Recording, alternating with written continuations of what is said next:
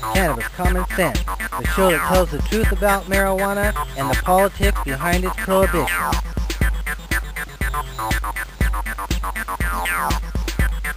Hello and welcome to another edition of Cannabis Common Sense. We've been on the air now 22 years.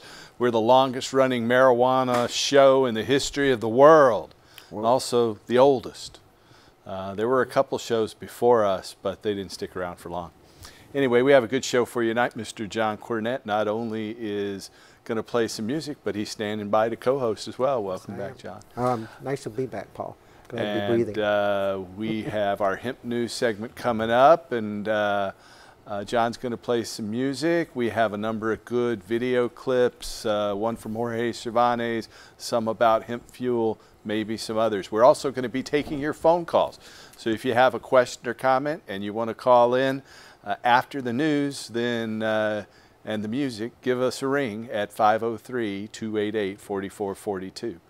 But you'll just be standing by if you do that now, because we've got the news. But first, as we always do, we're going to bring on our infamous dancing cannabis leaves. I feel the force.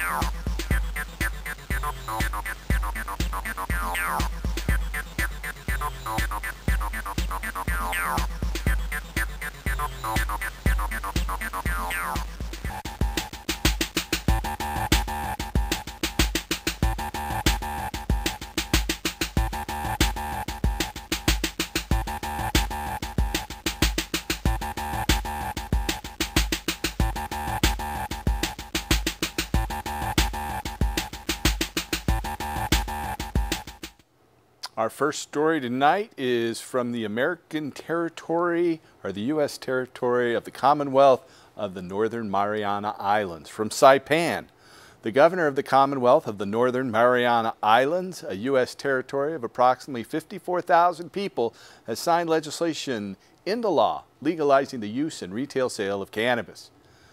Mariana House and Senate lawmakers had previously approved the measure in August by a vote of 24-1. Under the new law, those over the age of 21 will be permitted to possess and grow personal use quantities of cannabis and to obtain cannabis-infused products such as tinctures and extracts from licensed retailers. Commercial marijuana cultivation will be subject to a 10% excise tax. Those under 21 years of age who suffer from a qualifying medical condition will also be legally permitted to access tax-free cannabis. Public consumption of cannabis, along with the use of marijuana while in the presence of a minor, is subject to a civil penalty. A 5-member commission will oversee the implementation of the new law. Members of the Mariana Island Commission must be appointed within 30 days. The commission must adopt regulations governing the medical and adult use markets within 180 days of its initial organizational meeting. So congratulations to those folks in Saipan and the other Northern Mariana Islands. It's good to see passed by such an overwhelming percentage, 24-1. I think they're on our side.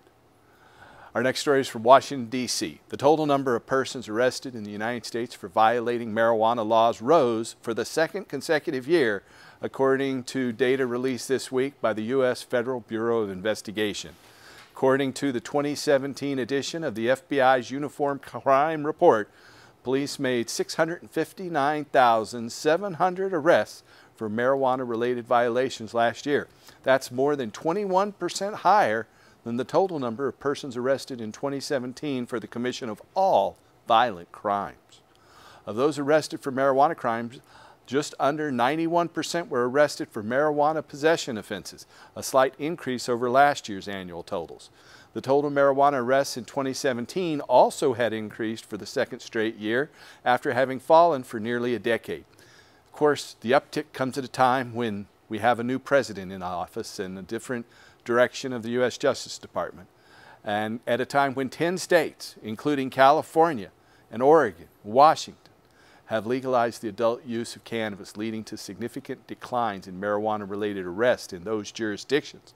Actions by law enforcement run counter to both public support and basic morality. In a day and age where 28% of the population lives in states which have legalized, and nearly every state has some legal protections for medical cannabis or its extracts, The time's come to end this senseless and cruel prohibition that ruins lives. I just heard today about a man from California who was sentenced to life without the possibility of parole for a nonviolent marijuana offense in North Carolina. As in previous years, marijuana possession arrests are were least likely to occur in the western region of the United States, where possessing the plant has largely been either legalized or decriminalized. By contrast, in Midwestern states, marijuana-related arrests comprised over 53% of all drug arrests. We have a few stories from Canada, and this first one's from Vancouver.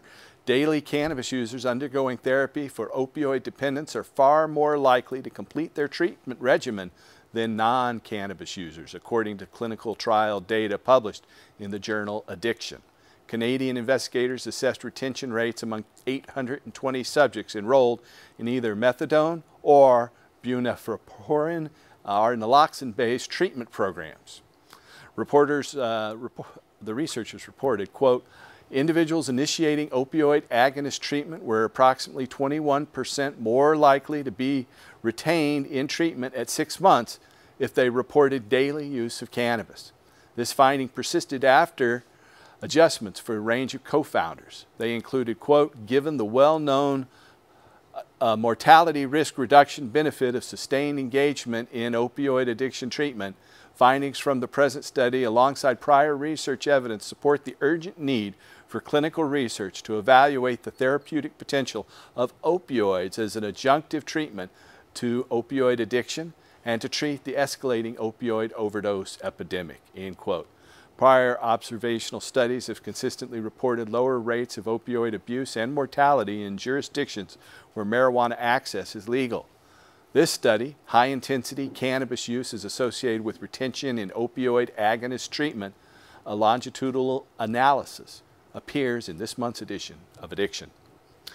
Next story is from Connecticut. A federal judge for the U.S. District Court of Connecticut has ruled that an employer engaged in discrimination by rescinding a job offer to an employee solely based on her status as a medical cannabis patient.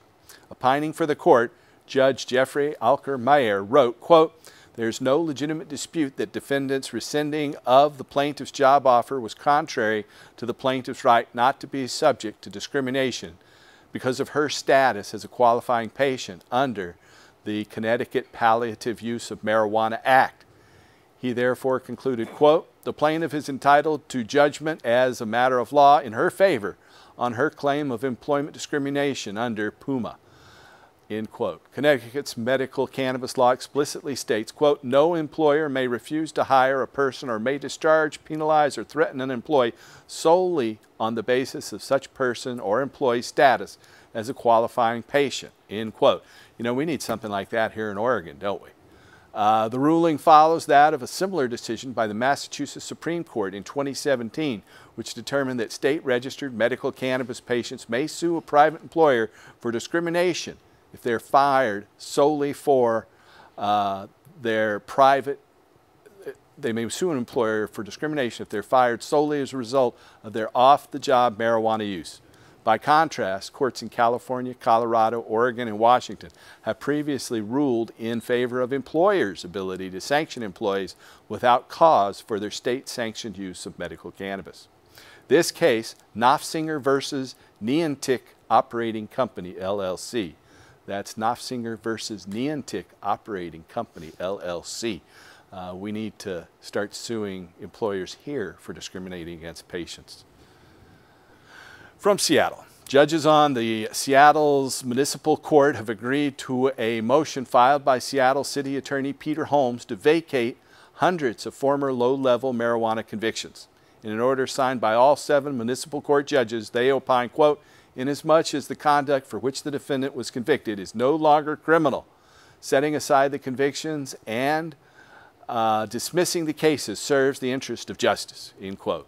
The defendants convicted between the years 1996 and 2010 are eligible to have their records expunged. City officials ceasing prosecuting low-level marijuana offenses in 2010 there in Seattle, and Washington voters legalized cannabis possession statewide in 2012. All eligible past convictions are anticipated to be vacated by mid-November. In recent months, district attorneys in a number of cities, such as New York, San Francisco, and San Diego, have similarly moved to expunge past marijuana convictions. Here in Oregon, you have to go into court and move the court to expunge a past marijuana conviction, and you can only do that if you haven't been convicted of another crime in the past 10 years. Our next story is also from Washington, D.C. A newly released memorandum by the Department of Homeland Security, U.S. Customs and Border Protections Agency, reaffirms that those working in the legal cannabis industry in Canada or other jurisdictions may be denied entry into the United States. The memo formalizes sentiments publicly expressed by the U.S. Customs representative last week. The memo states, quote, "Generally, any arriving alien who's determined to be a drug user or an addict, or who is convicted of or admits having committed or admits committing acts which constitute the essential elements of a violation or an attempt or conspiracy to violate any law or regulation of the state, the United States, or a foreign country related to a controlled substance is inadmissible to the United States."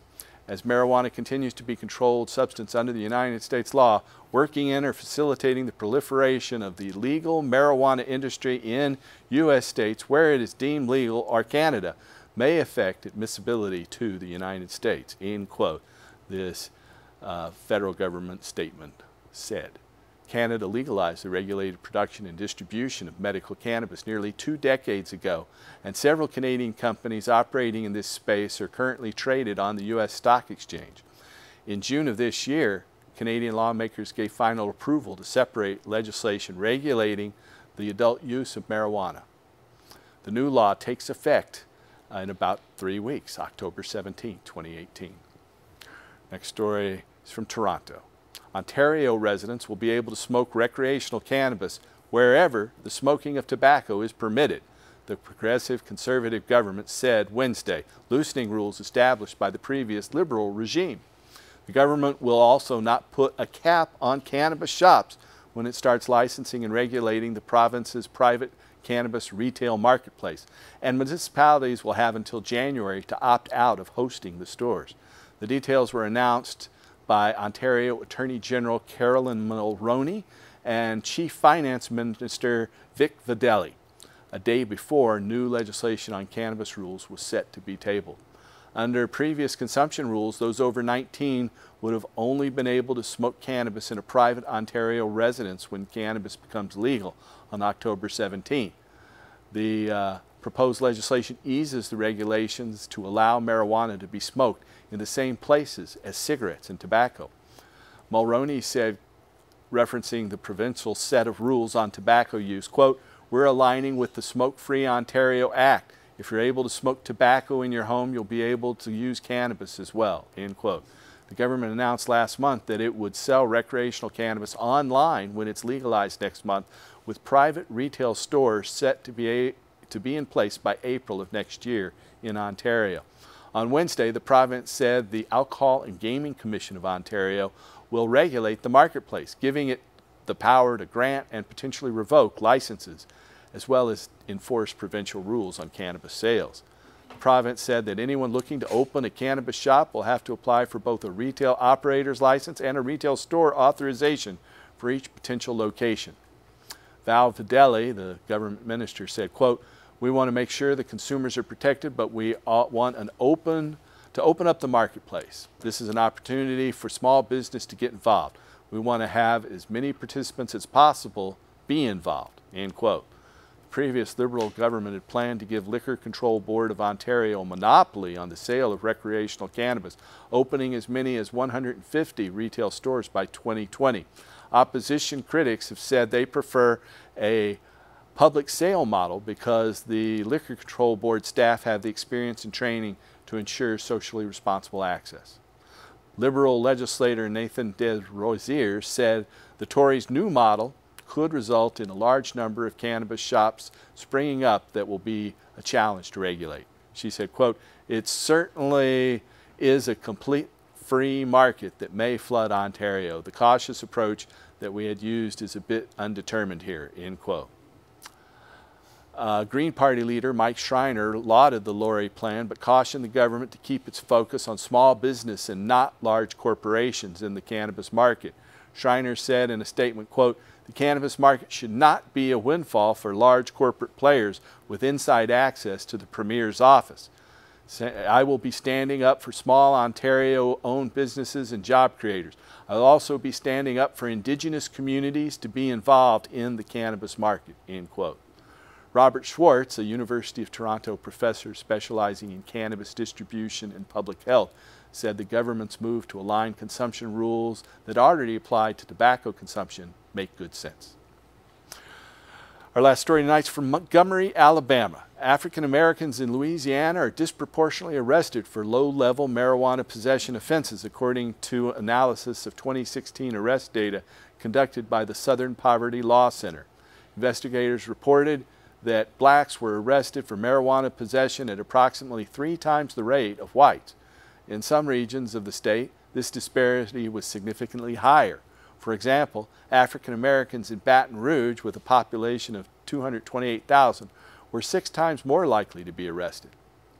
Recent analysis from other states, such as New Jersey, Pennsylvania, and Virginia, have similarly identified racial disparities in marijuana possession arrests. Nationwide, African Americans are 4 times more likely than whites to be arrested for possessing marijuana, despite members of both ethnicities using the substance at similar rates. This report, Racial Profiling in Louisiana, Unconstitutional and Counterproductive, is available online. That's the end of our Hemp News segment for tonight. John Cornett's got a song to sing. Hey, John. Oh, hey, Paul. Yeah, you know, it's just as well that I'm going to be doing this song because that's a real bummer. You know, I consider myself to be a pretty strong man, but right now I just want to scream and cry. It's not fair. So let's forget about it for a second. Did you know the sun will shine one day and everything on earth will melt away? And all the oceans rise above the land, drowning every woman, every man.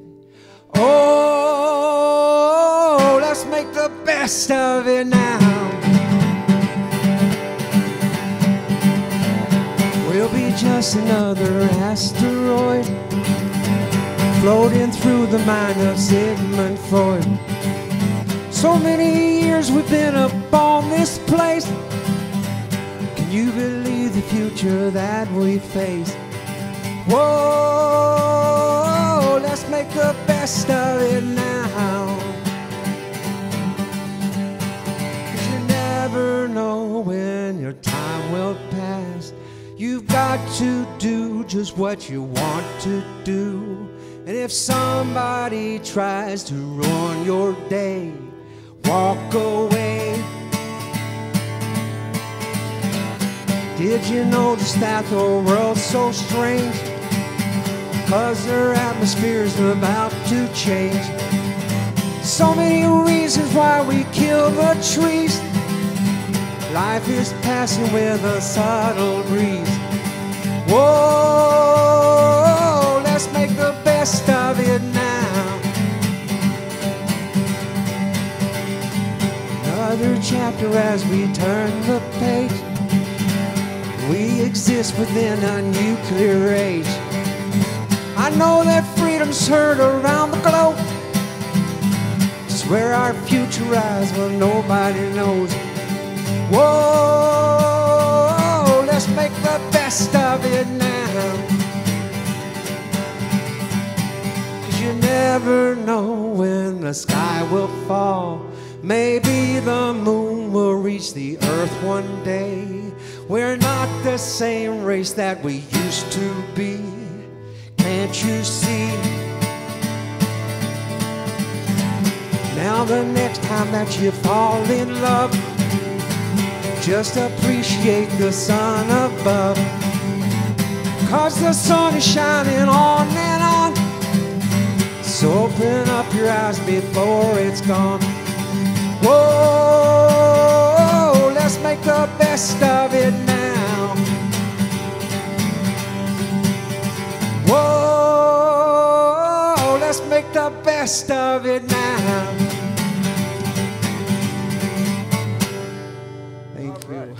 Thank you, And God John. bless you, and thank you, Charlie Lussman, for writing this song so many years ago, putting to words my feelings. Thank you. God bless. It is a great song. I always love it when you play that one. So welcome to our show. We are doing a live show here on 9/28, September 28th, Friday night. If you're watching on Friday the 28th, give us a call at that number you see. If you have a question about ending adult marijuana prohibition, which we've done here in the West, but isn't happening in the rest of the country, so as rapidly as we'd like anyway. Or about industrial hemp, we'll have some videos on that tonight, or about medical marijuana, you can call that number there on your screen. It's 503-288-4442. That's 503-288-4442. Hey, welcome back. Thank you, Paul. You made Good the to see you, little brother. jaunt over here. Good to see you too. All the way from Forest Grove. Hallelujah. Yeah, so you make that drive in from Forest Grove every week. Yeah, we that do. you're Yeah, here. it's a long haul, but you know, it's worth it. Come out here and hear the truth and speak a little bit of it, you know. You know, I've got to give a shout out to our friend Eric Llewellyn, who's co-hosted this show at times. Yeah. He is suffering from pneumonia, and apparently the pneumonia has caused some sort of heart issue as well. But he is getting better now. He was having trouble breathing yesterday and passed out a couple times, and now he's hospitalized. So, you know, he was in a big wreck last year, but we just want to send our thoughts, blessings, prayers, wishes for rapid recovery out to Eric Llewellyn. I've been trying to get a hold of him, Paul. I keep He's in the calling him, hospital. and this is the first I heard. Yeah, well, I don't think he's been in there for Now long. I know, and I feel bad. I thought, Jesus, he must have heard some bad rumor about something. Somebody must have told him. No, he just he's been having some health issues. It's hard for him to just answer the phone. He's got to call you back. I know, if he's gonna do and that. that's usually my usual experience. Is he'll always call back, and I told Judy, and there must be something wrong. Yep. Well, like I said, he's hospitalized right now, so I don't know We'll if he put can you on watch our the list, show. brother. But if it is, you know, we're Prayers. all sending positive wishes to Yeah, you him bet, brother. for sure.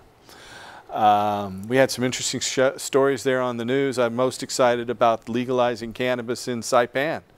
Whoa, Yeah. Asia. Every time we get it there, yeah, It's a an big deal. American territory, actually. Oh, okay. Yeah, Saipan is in the Northern Mariana Islands, which is an American territory. The gig is up, Paul. Yeah, The they gig is actually up. passed it 24-1.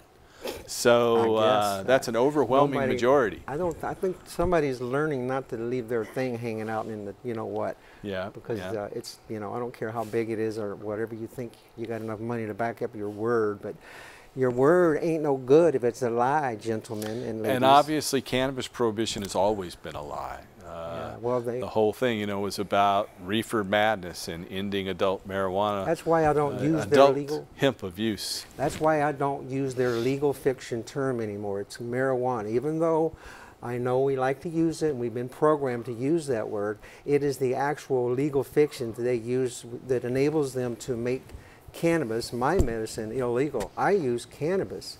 And I always remind them when they start talking about, they being these people who still think that if you use marijuana, you're one of those bad guys, right? And we know. Well, you know, the word was based on racism anyway. This anti-Hispanic racist use of this Mexican slang term, you know. once you've seen the light, it's too late. We have a phone call, so let's go ahead and take the caller. Welcome to the show, caller. Hi, I'm glad to be here. Hey, thanks for calling in. Yeah. So, do you have a question for us or statement? Well, yeah, I do. I suffer from bipolar disorder, and I like to use cannabis to help me mellow out. Yes. But I've also heard that it can cause mania or can spike mania. No, it's what it is about 1 out of 100 people have a predisposition to schizophrenia. And so most schizophrenics, 8 or 9 out of 10, find relief and find cannabis is useful in treating their schizophrenia. And now pharmacologists and psychologists are learning that cannabis and the endogenous cannabinoid system of natural chemicals that resemble THC in our body, that those are involved somehow in schizophrenia, but it's not completely understood yet. But about 1 out of 10 people with that predisposition to schizophrenia, or 1 out of 1,000 people, or about 1/10 of 1%,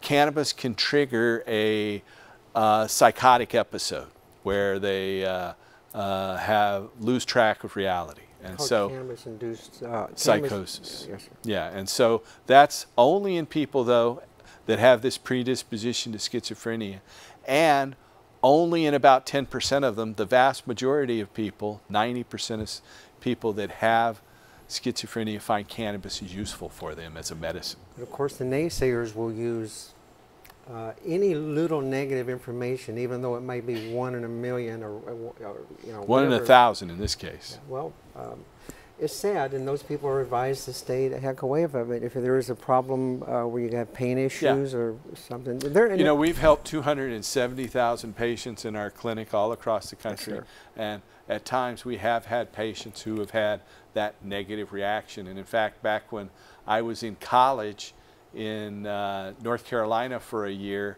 we had a roommate who had that negative interaction with cannabis, where when he smoked cannabis, he went into a psychotic state, couldn't talk in sentences anymore, was very tangential. My roommate and I drew lots to call his parents, and then his parents asked, has he been using marijuana? It's triggered psychotic episodes. Did you have another question? Yeah. I used it today, and I had this overwhelming sense of a feeling from God. And I went into the Washington County Courthouse, and I screamed from the top of my lungs, Oh, no. I am God. Oops. Uh-oh. Oops. I am the daughter of God. Jesus is my brother. So what happened when you did that in the courthouse? Excuse me? What did they do when you did that? They freaked out. An undercover cop tackled me, Tackled you. like down. literally pushed me out the door, how grabbed my arms. I've got bruises all over my arms. Can I ask you a real quick question, ma'am? Yes. Were you using cannabis at that time? Or no, did you indicate to them that you were using cannabis at that time, or any time during that situation? No. Yeah, probably not. Thank you very much. So, have you used cannabis before? Yes, I have. Have you had this kind of reaction? No. Huh. Usually it just mellows me out. Right. Well, We have doctors who will be happy to talk to you about that. If you call our office at 503-235-4606, that number will pop up on your screen here. There it is, 503-235-4606. We could have our doctor talk to you about your reactions and past use. Do you mind if I ask how old you are? I'm 44. Okay, most people have onset of a schizophrenic event. It happens sometime in their 20s. It doesn't really happen in their 40s. Was there any other stressful? No, I mean, I've been bipolar since I was 30. yeah. something needs to be said here, Paul, real quick before we lose contact. What did you say your name is again, please? She doesn't My have to name say. is Christine. Christine, that's good enough. Christine, I just want to say something directly to you, please. That cannabis that you smoked, or you think it was cannabis, I would like to suggest very strongly that you bring that to one of many labs in the area here who will test that for you. Do whatever you need to do to get it tested, Yeah. but if you believe that it may have caused that reaction, It could have something on it. thank you, Paul. It needs to be Could be said because we adulterated. can't forget that You this. know what, guys? What? You know what? What? I don't think it was the cannabis. It I could don't. be. Thank you. I think I am hyper-religious, Okay.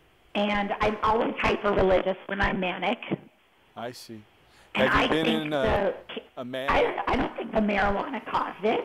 Yeah. I think I was just in a state of You're bipolar and swinging. relaxation.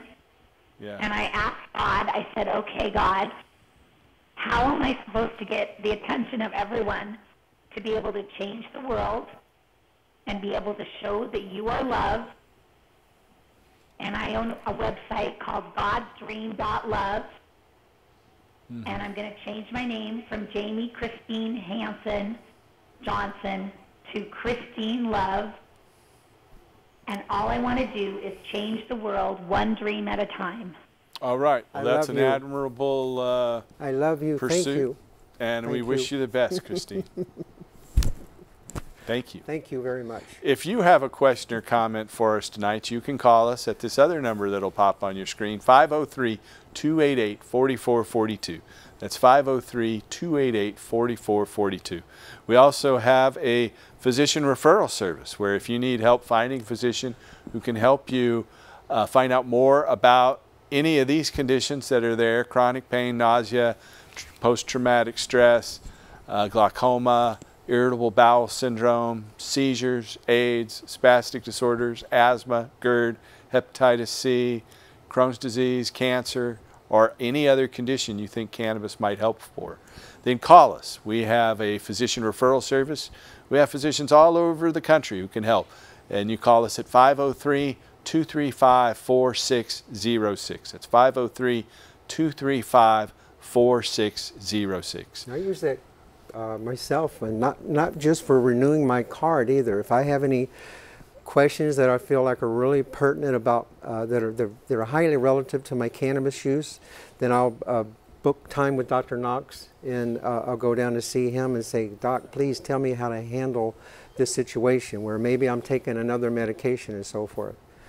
And the other thing I want to say, but that the individual there who just called, I so empathize with people who smoke a little herb and feel love, such love in their heart that they want to tell everybody, how important it is to express love. And sometimes, we do crazy stuff. Like one time I went into church in Forest Grove, as a matter of fact. They know me there. I'm going into a church and saying, hey, everybody, did you know that cannabis heals cancers? I mean, I said that out loud. And the pastor, he's like, but the people in the congregation, they were like, we love you. I can't tell you how good we that have felt. a few good videos lined up. One of them is with my friend. Of course, he's a friend to thousands. We'll be right back after this video. Stay tuned.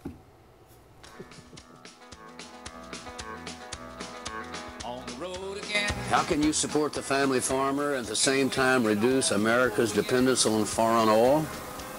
Hi folks, this is Willie Nelson with a suggestion that you try a tank of biodiesel today. I use it in my cars, my buses, and I'm a firm believer in using renewable fuels that are better for our environment. And if you live in Central Texas, I invite you to stop into Carl's Corner Truck Stop. It's near my old hometown of Abbott, Texas, and ask Carl for a tank of Bio Willie.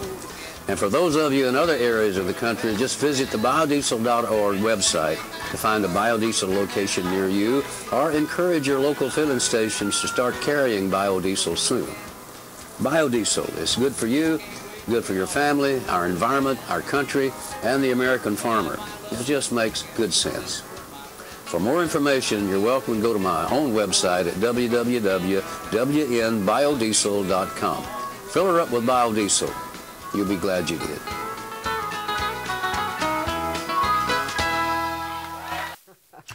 So there's Willie with his biodiesel crew there. He's been doing that for a long time. In fact, I was in Kentucky when Willie and a Kentucky attorney, good friend of mine and mentor, Gatewood Galbraith.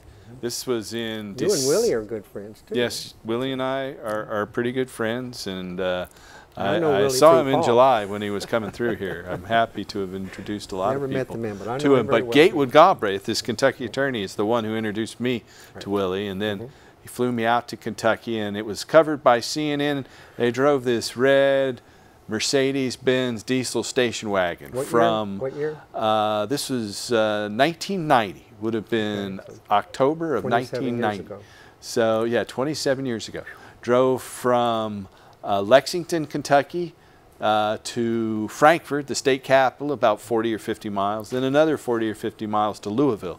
And then he did a benefit concert for Gatewood, who was running for Kentucky governor there. You know what I think hurt biofuel most? Remember there was a big thing about adding, and they're doing it now, they're adding alcohol or ethanol. Ethanol to a gas these days. You can make more ethanol from cannabis leaves and biomass too. Wow, you know, but there was a stink. You know, I don't know if you remember. I do, because I was thinking, man, how quick can I convert over to one of these cars, or start using it in my tank? But I heard all this stuff, negative, negative, negative. If you use it, it's going to rotor your fuel lines, and suddenly you're not going to be able to drive your car anymore because your fuel lines are going to get all clogged up.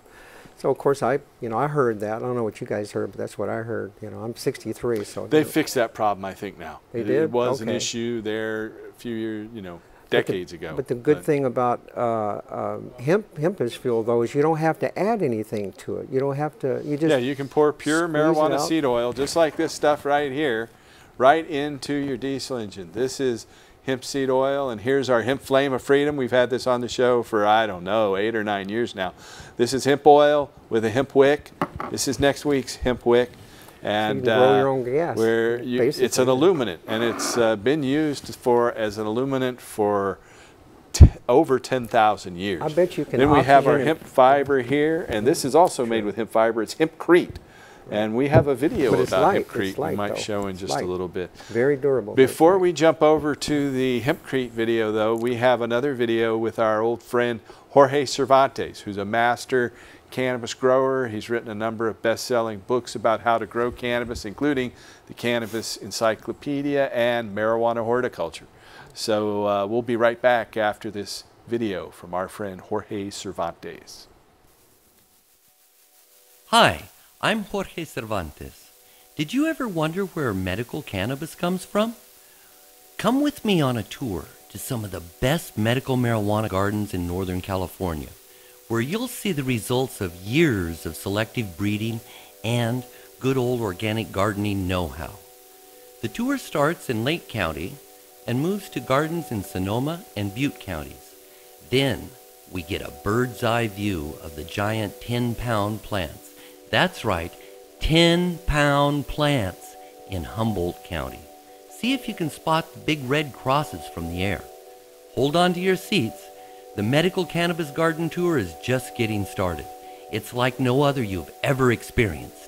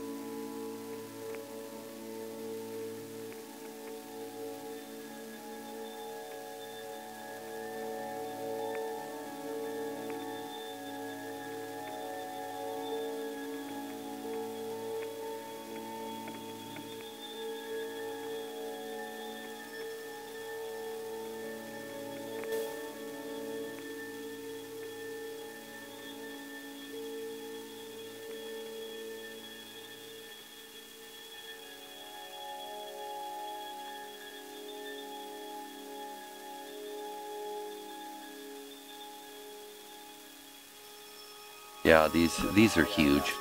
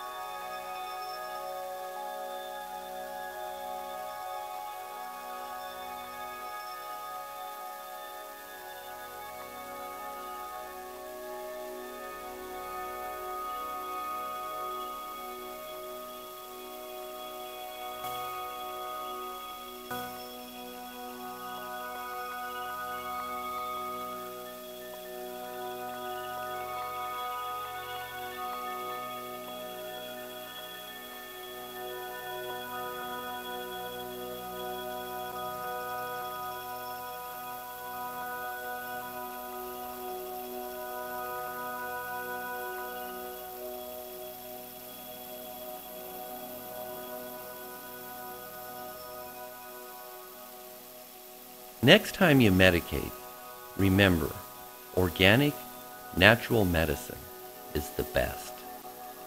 Don't forget to pass it on.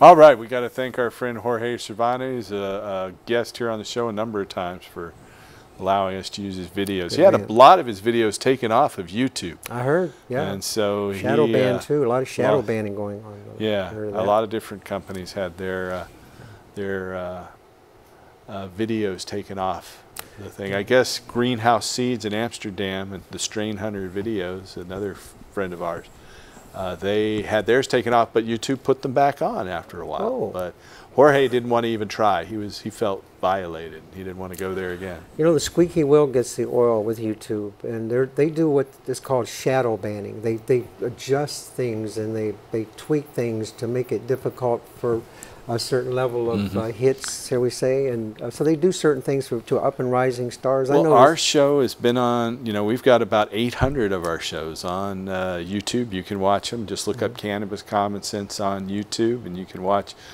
hundreds of hours of stuff if you so desire. We're down to about 10 minutes left here, so we are taking phone calls. If you have a question or comment, give us a call at that number there on your screen, 503-288-4442. That's 503-288-4442.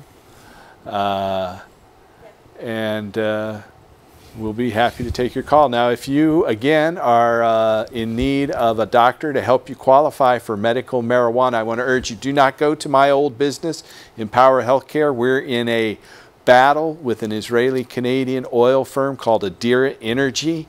They've taken over our company through a bizarre transaction. They've stolen this and not paid us a penny. And so we're going to come to trial on this next March.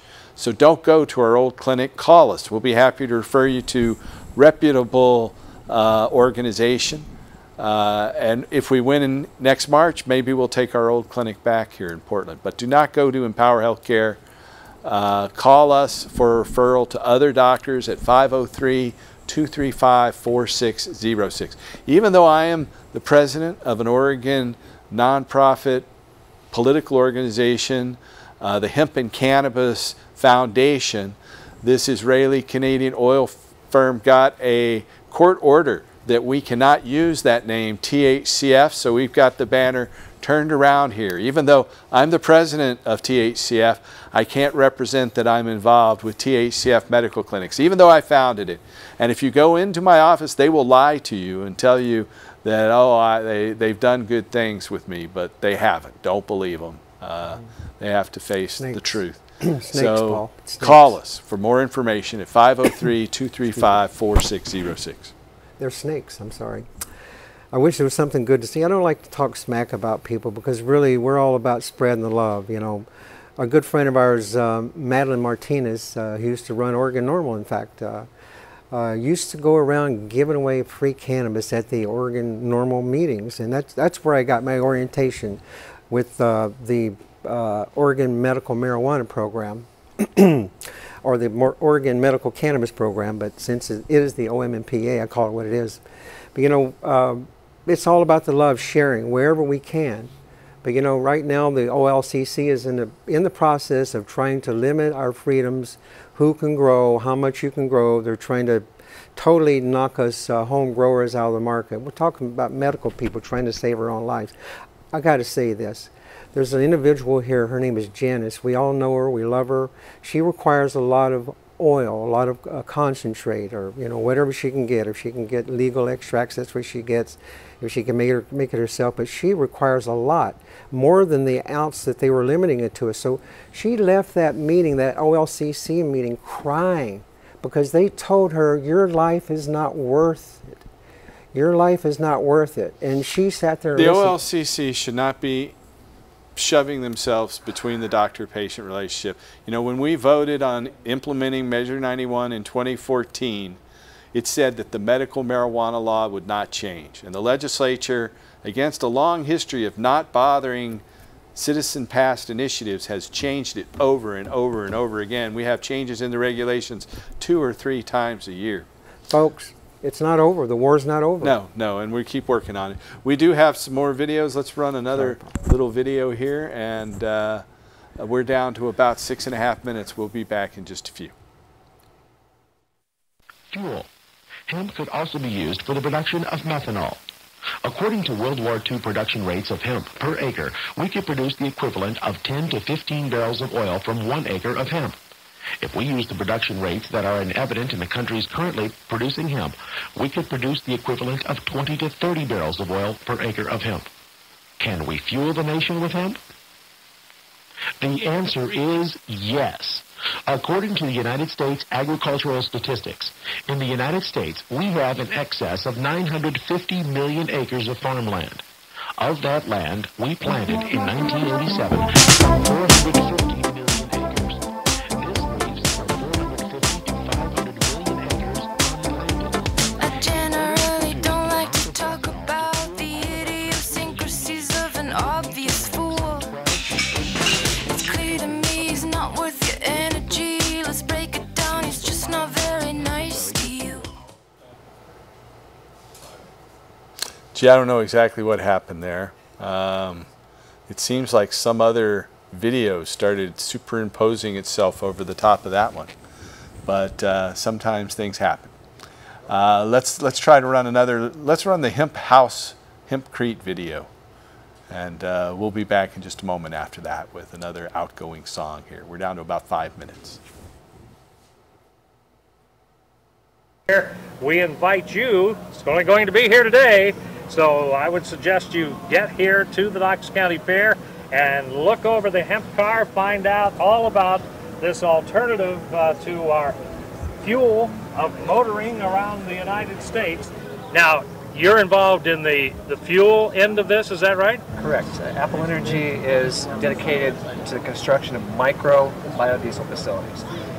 500,000 gallons production a year in regional communities, as opposed to macro construction, which would be multi-million gallon a year facilities where you have to truck your grain a 5 hours drive.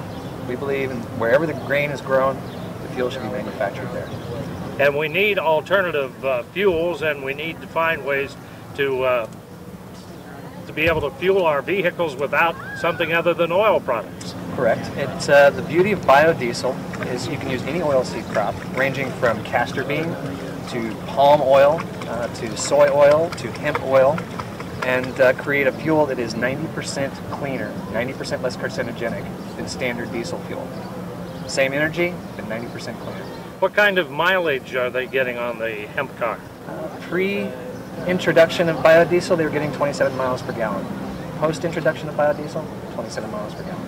Okay, so pretty much there. Across the Okay, board. are they traveling all over the United States with the hemp car? Correct. It's a 10,000-mile journey on the map, starting from Virginia, D.C., to Montreal, Canada, to Toronto, Detroit, down to Columbus, back up to Winnipeg, Canada, over to Vancouver, down to Seattle, down to San Diego, over to Austin, Texas, Atlanta, Georgia, Charlotte, North Carolina, and back up to D.C.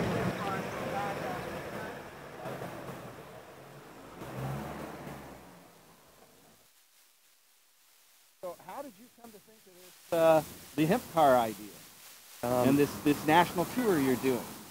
Well, I wanted to come out to the West Coast in some kind of environmental fashion, and I've been researching fuels for a while and never really cared about hemp. And across hemp oil as a transportation fuel and put two and two together. You know, when was that? When did you that first? was back in October of last year. October of last year? Right around there. And started asking, you know, how come this hasn't been done, and took a look into the plant a little more, found out it's not a drug and still falls under the DEA ban, so put two and two together and decided that I had to do it with hemp oil. And so you're getting hemp oil from Ohio? Yeah, it originated from China and some from Canada, and then some of it comes into Ohio where it's made into biodiesel, the downward shafter at the Ohio Hemp Brewery. And Mr. Todd Swearingen of Apple Energy, who processes the oil for us in the biodiesel. What can you tell us about the car? Is it just a normal car without... The completely unmodified Mercedes diesel, 1983 turbo diesel. Any diesel engine can burn any vegetable oil, but you'll get a longer engine life turning it into biodiesel. What about your tour? You started where? And Washington, D.C., July 4th. The big rally they have there every 4th of July? We led the rally and took off from there on July 4th, and we covered, let's see, today is August 21st or 22nd? Yeah, right around there. That's about 7 weeks we've been on the road, and we covered 6,400 miles.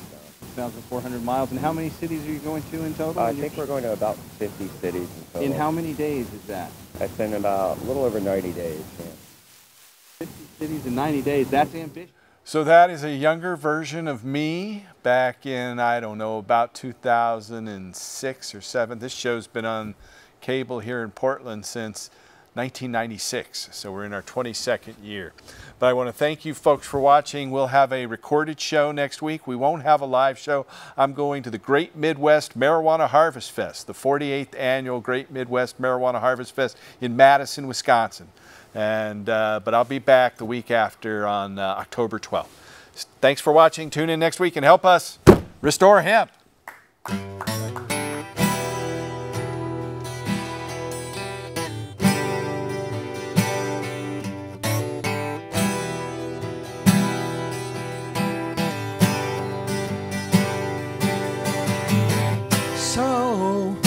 So you think you can tell